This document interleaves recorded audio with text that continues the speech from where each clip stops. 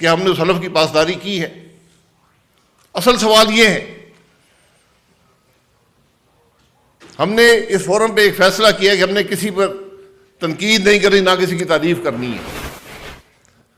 लेकिन मैं ये जरूर कहूंगा, अपना तजर्बा तो जरूर आपके सामने रखूंगा। इस मुल्क में का सदर मुझे कहता है कि अपना इस्तीफा मेरे हवाले कर दो। एज एमएनए अपना इस्तीफा इस मुल्क का सदर रात की तारीकी में एमएनएस के इस्तीफे जमा कर रहा था कि हुकूमत को खत्म करूंगा। इस मुल्क की फौज का सरबराह कहता है अपनी पार्टी बदल लो।